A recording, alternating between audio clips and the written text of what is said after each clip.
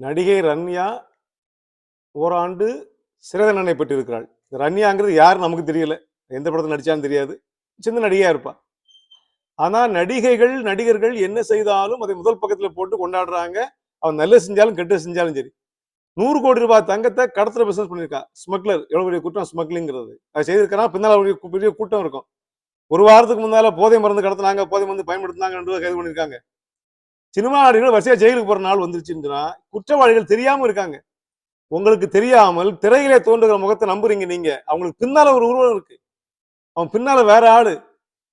சினிமாவில் நல்லவன், உங்க இஷ்ட நாயகன், இஷ்ட நாயகி, அப்பா அவன் தான் தெய்வம். சினிமா நடிகைக்கு கோயிலை கட்டி கும்பிட்டான் ஆளு. நல்லவன் ஏன் சினிமா நடிகரை திறமைசாலின்னு நம்புங்க. நல்லவன் ஏன் நம்புறீங்க? நடிக்கிறான், நம்மளால நடிக்க முடியாது, அவன் நடிக்கிறான், அவன் பேசுறான். ஆக திறமைசாலி, திறமைக்கு என்ன மதிப்பு உண்டோ அது மட்டும் கொடுக்கணும். அந்த திறமைசாலியை நல்லவன் நம்பி, அவனை தவிர எல்லாரும் கெட்டவன் நம்பி, அவனை ஹீரோவாக்கி தெய்வமாக்கி கோயில் கட்டி அவனுக்கு பாலாபிஷேகம் பண்ணி, என்ன நீ அழகு குத்தி அவனுக்கு எல்லாம் பண்ணீங்கன்னா இந்த நாடு விளங்குமா? சிந்திச்சு பாருங்க. அது ஒரு கலை. திரைப்படம் ஒரு கலை. அதை ஒருத்தன் இயக்குறான், ஒருத்தன் எழுதுறான், ஒருத்தன் நடிக்கிறான். அதை பொழுதுபோக்காக பார்த்துட்டு போகணும். இன்னைக்கு அவங்க என்ன பண்ணாலும் முத பக்கத்துல வர்றான் சினிமா நடிகர். ஒவ்வொருத்தரா போகட்டும், உள்ள போகட்டும், எல்லாம் உள்ள போவாங்க.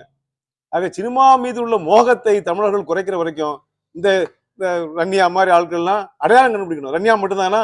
இன்னும் ஃபேமஸான ஆள்லாம் இருப்பாங்க, நிறைய குற்றவாளி இருக்காங்க உள்ள. இதெல்லாம் தெரிந்து கொள்வதற்காக இந்த செய்தியா வந்திருக்கு, அதுக்காக சொன்ன வரணும்.